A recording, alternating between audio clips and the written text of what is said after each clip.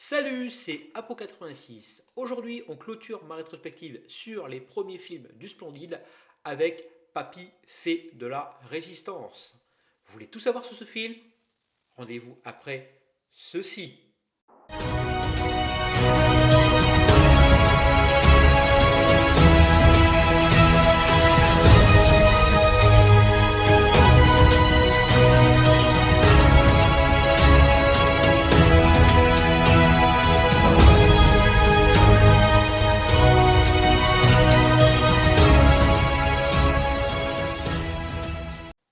On est en 1981. La troupe du Splendide gère désormais le théâtre rue des Lombards, tandis qu'il retape en parallèle le nouveau théâtre rue Saint-Martin. Devenu chef d'entreprise, il faut donc trouver des fonds. Et pour faire tourner un théâtre, il n'y a pas 36 solutions. Il faut produire des pièces de théâtre. Le problème, c'est qu'aucun membre du collectif à l'époque ne semble motivé pour écrire. Le théâtre tourne donc en multipliant les représentations du Père Noël est une ordure. Le hic, c'est que la pièce ayant été adaptée au cinéma, la fréquentation du théâtre chute. Après avoir galéré à écrire Le Père Noël est une ordure, voir ici, la troupe est dispersée, chacun partant vers une carrière solo, et seul Clavier et Bruno Manois semblent motivés à faire tourner le théâtre. Bruno Manois qui était à l'époque gérant du théâtre et qui, je crois, l'y est toujours. Il s'attelle donc avec Martin Lamotte, jeune acteur recruté par le collectif et qui a déjà participé en troisième couteau dans certains rôles dans les trois premiers films du Splendide. Tous les deux, ils s'attellent à écrire une nouvelle pièce de théâtre. Après plusieurs mois d'écriture, Papy fait de la résistance est alors présenté pour la première fois le 6 novembre 1981 et fera salle comble jusqu'en mai 1982. A noter que la pièce ne sera jamais créditée comme une pièce du Splendide, puisque aucun membre du collectif n'aidera Clavier à la Motte à l'écrire, donc Clavier s'appropriera l'intégralité des droits d'auteur au niveau de la pièce. Après tout, il a bien raison. Ses potes l'ont pas aidé, hop, on y va. Au vu du succès et du sujet, l'idée d'une adaptation au cinéma émerge rapidement. Clavier, plutôt content du travail de Poiret sur Le Père Noël est une ordure, recontacte le réalisateur qui accepte. Côté production, Christian Fletcher, qui est en train de relancer la carrière de Louis de Funès, voir ici, est intéressé pour l'adaptation. Clavier est d'accord, mais est conscient d'une chose. Pour que le film ait une grandeur historique et sorte du grand guignolesque qu'étaient les bronzés et le Père Noël est une ordure, il faut des moyens, il faut de l'argent. Fletcher est prêt, lui, à signer un gros chèque, mais exige un grand nom du cinéma à l'affiche. Clavier est d'accord. Il est en effet conscient qu'aucun membre du Splendide n'a assez de lignes sur son CV pour s'imposer comme tête d'affiche, lui encore moins. Les deux hommes se mettent donc d'accord pour que Louis de Funès soit à l'affiche.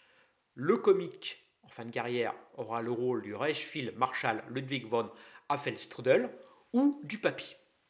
Bienveillant envers le travail de cette nouvelle génération de comiques, Louis de Funès donne son accord de principe pour participer, mais demande qu'on ce rôle soit un petit peu réduit afin de ne pas fatiguer son cœur. Oui, je rappelle que le comique est sorti d'un gros affractis et qu'aucune assurance ne veut l'assurer à l'époque. Il n'y a que le Fletcher qui prend le risque de le faire tourner plus ou moins son assurance, qui n'ont plus sur le tournage, etc. Enfin, on en a déjà parlé dans ma rétrospective sur les Lois Quiz, donc je mets le lien tout à l'heure. Il vient donc à la représentation, il est conquis. Il vient même en coulisses montrer comment il ferait, lui, le personnage du demi-frère d'Hitler, qu'il préfère au rôle du papy. Complètement investi, c'est pratiquement signé, il est pour le rôle. Voilà. Malheureusement, il mourra quelques semaines plus tard. C'est pour cela que le film lui est d'ailleurs dédié. On retourne donc à zéro, la prod doit donc tout revoir. Christian Fletcher suggère alors de distribuer chaque rôle à des acteurs connus pour former ainsi une distribution dite All-Star et pallier le manque de têtes d'affiche. Il multiplie donc les petits rôles pour y mettre un maximum de vedettes. Mais tous les acteurs disent non. Les Splendide n'étant pas assez chic. Et puis, je suis une grande star du cinéma, pourquoi tu me donnes un second rôle? C'est un petit peu ce qui bloque. Pendant 6 mois, aucun rôle n'est attribué. Puis, Jacques Villeray accepte de reprendre le rôle de Funès, et là, tout se débloque. Jacqueline Maillan accepte tout compte fait de faire la Bourdelle, sous condition d'avoir un gros chèque.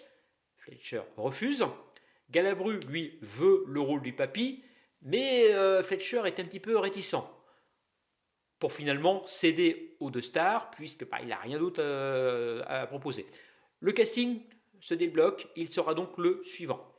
Pour l'ancienne génération et les stars, Jacqueline Maillan, Michel Galabru, Jean Carmé, Julien Guillaumard, Jacques François, Jean-Yann, Roger Carrel, Jean-Claude Brialy, et pour la nouvelle génération, Jacques Villeray, Pauline Lafont, la troupe du Splendide, et les comédiens gravitant autour du collectif comme Martin Lamotte, Roland Giraud et Dominique Lavanant.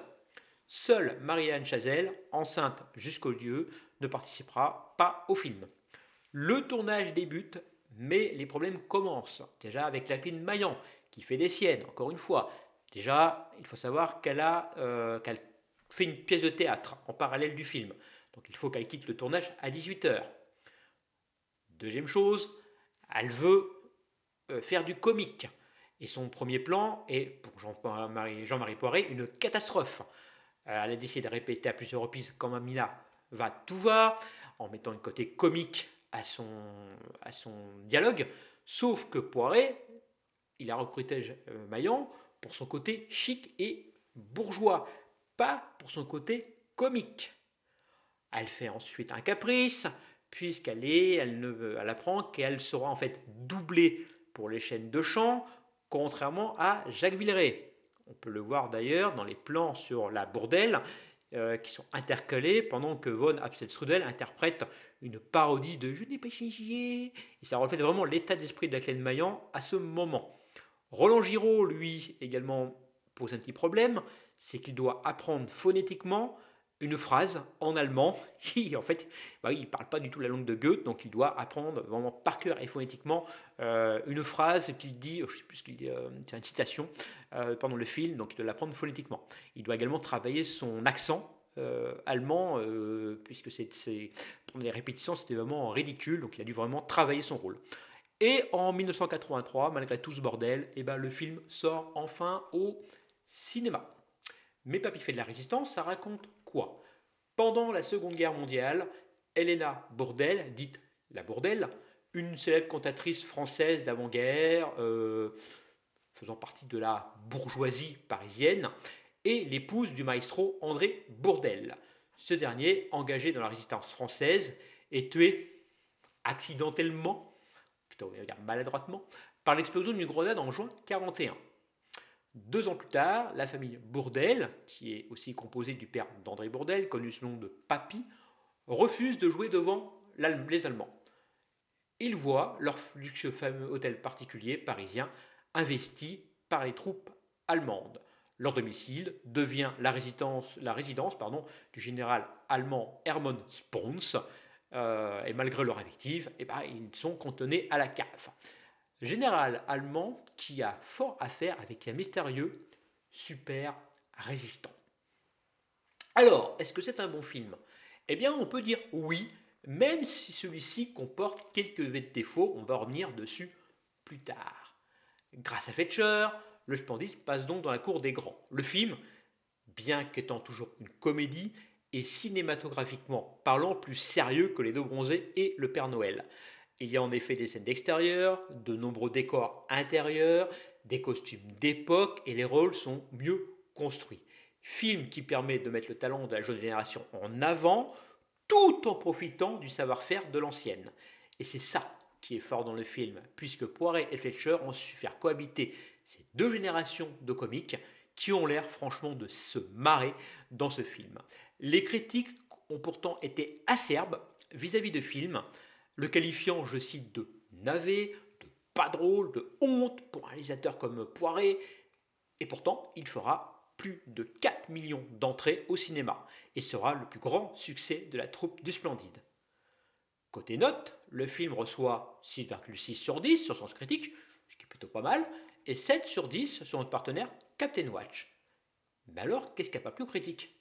Eh bien, tout bêtement, le fait que le film s'attaque à un sujet tabou à l'époque, la résistance et les anciens combattants. Et que froisser ces anciens combattants en 1983, c'était mal vu. On a pu le voir quand Coluche s'en est pris à des poilus lors d'un débat à la télévision, le reprochant de faire plus la promotion de la guerre plutôt que d'être considérés comme des victimes. Euh, en effet, parodiant la vision de toutes les précédentes offres, comme l'armée des ombres, qui a traité du sujet de manière sérieuse, Papy fait de la résistance tape fort dans la fourmilière. Poiret, d'ailleurs, se justifiera en disant que, j'ouvre les guillemets, Papy fait de la résistance est beaucoup plus un film sur la vision qu'on a de la résistance aujourd'hui, 1980 donc, qu'un film sur la résistance.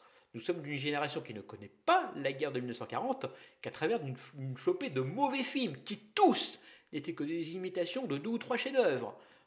Bref, nous on a préféré faire un chef-d'œuvre en imitant ces mauvais films. Fin des guillemets. Enfin, le film, qui se veut être une comédie, est loin de l'humour acerbe dont le Splendide nous a habitués. On voit ici la patte de Clavier, et il manque la patte des Trublion, de Junio et de l'Ermite à l'écriture, ça se ressent. Le scénario se veut assez faiblard également. Le côté cartoonesque du film, avec ce super résistant, ridicule à souhait, et un peu, je l'avoue, lourdingue. Et la scène de Villeray en demi-frère d'Hitler, imitant Iglesias, arrive, il faut dire, un peu comme un cheveu sur la soupe. À vouloir mettre trop de guest stars, je pense que Poiret s'était peut-être un petit peu loupé sur ce point. Le film reste cependant plaisant et on retrouve enfin l'humour du collectif dans les 20 dernières minutes du film, dans le faux débat parodiant les dossiers de l'écran. Alors, les dossiers de l'écran, pour ceux qui n'ont pas connu, c'est une émission qui est passée dans les années 80, le mardi soir, et qui consistait donc à diffuser un film à 20h30, et après le film, il y avait un débat autour de ce film. On a pu voir par exemple L'Armée des Ombres, voilà, on diffusait L'Armée des Ombres à 20h30, le film finissait, et après il y avait des résistants, des historiens, etc., qui débattaient autour du sujet de la résistance. Faux débat qui met donc en scène les protagonistes du film, qui crient au scandale, au navet, au grand n'importe quoi, disant que le film n'est qu'un ramassis de conneries, où le fils Ramirez balance en disant que son père n'a jamais été collabo, contrairement à Michel Topin, incarné par Clavier, devenu ministre des anciens combattants de la résistance, qui ne mérite pas sa Légion d'honneur, qui n'a fait que collaborer avec les Allemands, que Guy Hubert n'a jamais été résistant, mais a juste livré des messages au maquis sous le nom de Sparta, que la Bourdelle couchait avec Sponte, etc. Enfin, le Ramirez Junior passe son temps à diffamer sur la famille Bourdelle, Guy Hubert qui fait son petit scandale, qui monte. Si c'est comme ça, il fait crier. Enfin, c'est du grand n'importe quoi. Ça tire dans tous les sens en disant tout simplement une vérité. Triste, malheureusement, c'est que beaucoup de Français et que beaucoup de Français ne voulaient pas entendre à l'époque, c'est qu'il y a eu beaucoup plus de résistants en 1945 que pendant les 5 ans d'occupation, bizarrement. Voilà. Bref, Papy fait de la résistance n'est peut-être pas le meilleur des films du Splendide, mais est sans doute celui qui a permis au collectif de rentrer dans la cour des grands. Collectif qui se séparera, comme je vous l'ai dit dans la précédente vidéo, quelques mois plus tard pour chacun faire une grande carrière et ne se retrouveront que trop rarement, comme dans Grosse Fatigue en 1994 et le très mauvais Bronzé Ami pour la vie en 2006. J'en ai fini avec ce retour sur Papy fait de la résistance. Dites-moi ce que vous pensez de ce film en commentaire. Moi je vous dis à plus. Salut!